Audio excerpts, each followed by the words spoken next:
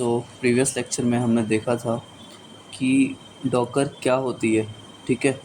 और एक basic introduction था वो, जिसमें कि हमने इंस्टॉल करा था अपना डॉकर की सॉफ्टवेयर। तो सबसे पहले वापस मैं डॉकर खोलता हूँ एक बार वीएस कोड में।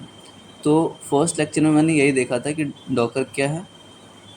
डॉकर आप एक समझ लो कि एक सॉफ्टवेयर है जो क्या प्रोवाइड करता है, जो ये बोलता है कि आप जब कोई प्रोजेक्ट पे काम करते हो, ठीक है। मैं वापस इसका डेफिनेशन थोड़ा सा लिख देता हूँ कि whenever you are working on a project, so don't think about the environments या फिर डिपेंडेंसीज, ठीक है। मतलब जब भी मैं किसी प्रोजेक्ट पे काम करूं, फॉर एग्जांपल मैं यहाँ ई कॉमर्स की बात कर रहा था कल, तो मुझे इन्वायरमेंट सोचने की ज़रूरत नहीं पड़नी चाहिए जब मैं डॉकर यूज़ करूँगा। इन्वायरमेंट इन द सेंस कि जब जब अपन कोई प्रोजेक्ट पे काम कर रहे हैं तो मुझे नोड जेएस इंस्टॉल करना पड़ता है, जैसे मैंने कर रखा है अभी। मुझे गिट्स इंस्टॉल करना पड़ता है, या फिर मोंगोडीबी डेटाबेस कनेक्शन के लिए मेरे पास वो भी होनी चाहिए। देखो एसक्यूएल है मेरे पास, लोकली इंस्टॉल्ड है ना ये सब।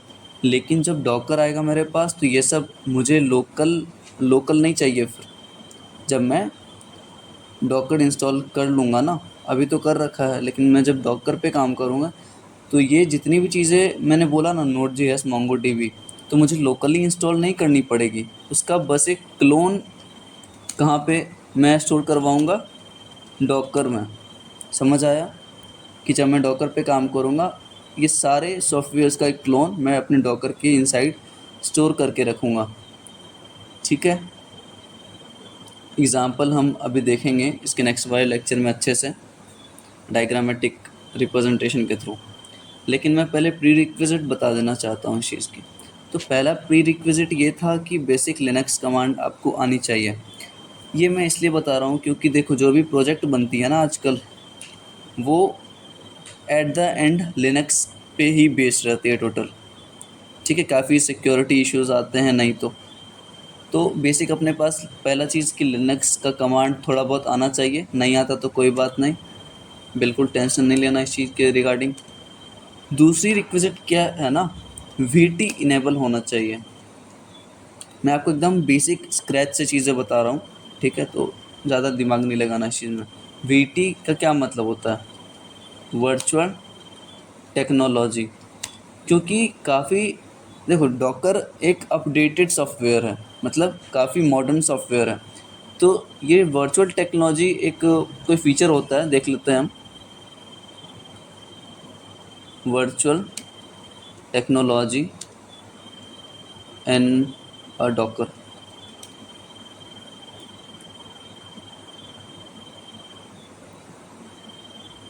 ठीक है। मैं बताऊंगा, देखो इसका कॉन्सेप्ट मैं समझाऊंगा। वीटी इनेबल इन बायोस। मैं एकदम मतलब सोच रहा हूँ कि एकदम आराम से बताऊँ, तो जल्दीबाजी नहीं करना है अपने को।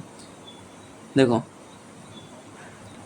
आप जब लैपटॉप में ना बायोस मोड ऑन करोगे, ठीक है, ध्यान से सुनना। जब आप अपने डेस्कटॉप पे लैपटॉप में बायोस मोड ऑन करोगे या बूटिंग करोगे ना, तो ये प्रोसेस आपको दिखेगा वर्चुअलाइजेशन टेक्नोलॉजी इनेबल्ड।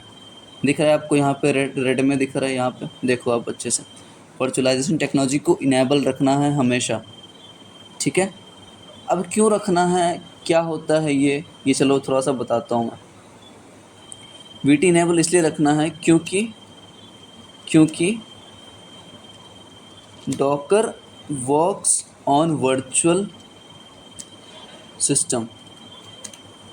जब आप ऑपरेटिंग सिस्टम पढ़ रहे होगे अपने, अगर आप बीटेक में हो तो उसमें एक कॉन्सेप्ट आता है वर्चुअल करके कुछ रहता है, ठीक है। आप वर्चुअल ऑपरेटिंग सिस्टम बना सकते हो उस केस में। वर्चुअल हम लिनक्स इंस्टॉल करवाते हैं और दूसरी ऑपरेटिंग सिस्टम इंस्टॉल करवाते हैं। तो उसी कॉन्सेप्ट को यूज़ करके, वर्चुअल सिस्टम या वर्चुअल ऑपरेटिंग सिस्टम के कॉन्सेप्ट को यूज़ करके ये डॉकर आया है, ठीक है। और इसलिए इस प्रोसेस के लिए हमें वीटी इनेबल करना पड़ेगा, वर्चुअल टेक्नोलॉजी। और ये कहाँ पाया जाएगा, ये पाया जाएगा हमारे बायोस में, ठीक है। जब आप बूटिंग करोगे तो ये बायोस में आपको मिलेगा।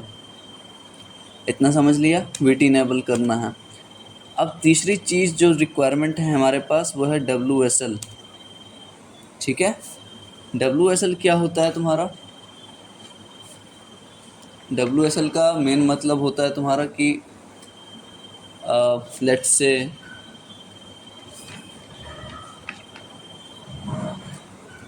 अच्छा ठीक है, विंडोज़ सबसिस्टम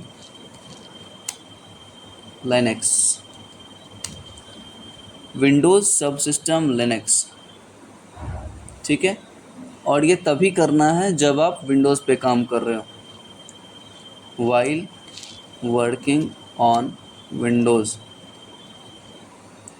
अब देखो ये मैं इसलिए बोल रहा हूँ क्योंकि हम जो भी डेवलप कर रहे हैं, ध्यान से सुना, हम जो भी डेवलप कर रहे हैं वो लिनक्स में रहेगा मेरा, टोटली नहीं बोल सकते, 99% चीज़ लिनक्स बेस्ड है ये चीज़।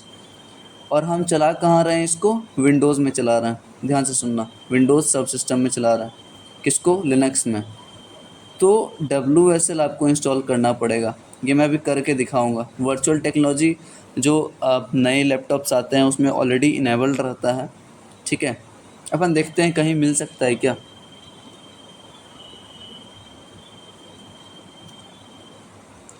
चलो देखो, सबसे पहले मैं एक शॉर्टकट बताता हूँ। आपको क्या करना है कि आपको विंडोज़ प्लस एक्स दबाना है। इससे क्या होगा, एक चीज़ खुलेगी अपने पास, ठीक है। आपको जाना है कहाँ पे? आपको जाना है टास्क मैनेजर पे चलते हैं, ठीक है। बस अब हम एनालाइज कर रहे हैं, टास्क मैनेजर खोल लिया हमने ना। चलो एक चीज़, दूसरा चीज़ करते हैं, हमें सर्विसेज देखनी है। रन करो और यहाँ पे मुझे सर्च करना है services.msc। ध्यान से देखना मैंने क्या सर्च करा है वहाँ पे, services.msc miscellaneous फाइल्स। तो ये क्या करेगा ना, सारा सर्विसेज मुझे शो कर देगा, all running services in my laptop. यहाँ देखो खुल गया ये। अब यहाँ पे अगर मैं सर्च करूँ तो कैसे करूँगा? फॉर एग्ज़ाम्पल मुझे क्या सर्च करना है, मुझे क्या सर्च करना है? Virtual technology. यहाँ पे हो सकता है दिखे, हो सकता ना भी दिखे, वी से होगा। देखो WSL, देखो मैंने पहले कर रखा है ये चीज़। WSL सर्विस आपको दिख रही है यहाँ पे, WSL दिख रही है, तो मैंने ऑलरेडी कर रखी है। आप लोग कैसे करोगे वो मैं बताऊँगा अभी। और कहीं पे आपको वर्चुअल करके दिखे कुछ तो बताना यार, वी से होगा, ठीक है, कोई ना, चलो कोई बात नहीं। वर्चुअल टेक्नोलॉजी ऑलरेडी इनेबल्ड होता है और वो बायोस में आपको मिल जाएगा। WSL को कैसे इनेबल करना है? आप खोलो पावर शेल, ध्यान से देखना इस स्टेप को। आप खोलोगे पावर शेल, पावर शेल को करोगे run as administrator, right, run as administrator, yes करो। अब यहाँ पे क्या करना है आपको, पावर शेल खोल लिया, यहाँ पे लिखना है WSL डैश डैश इंस्टॉल। ध्यान से देखना, इसको मैं कॉपी करके यहाँ पेस्ट करता हूँ ताकि आपको याद रहे ये चीज़ें WSL के केस में, ठीक है। यहाँ पे मैं पेस्ट कर देता हूँ WSL डैश डैश इंस्टॉल। यहाँ पे आओ आप वापस पावर शेल में, ध्यान रहे पावर शेल में ही आप ये चीज़ परफॉर्म करो। इंटर दबाया मैंने,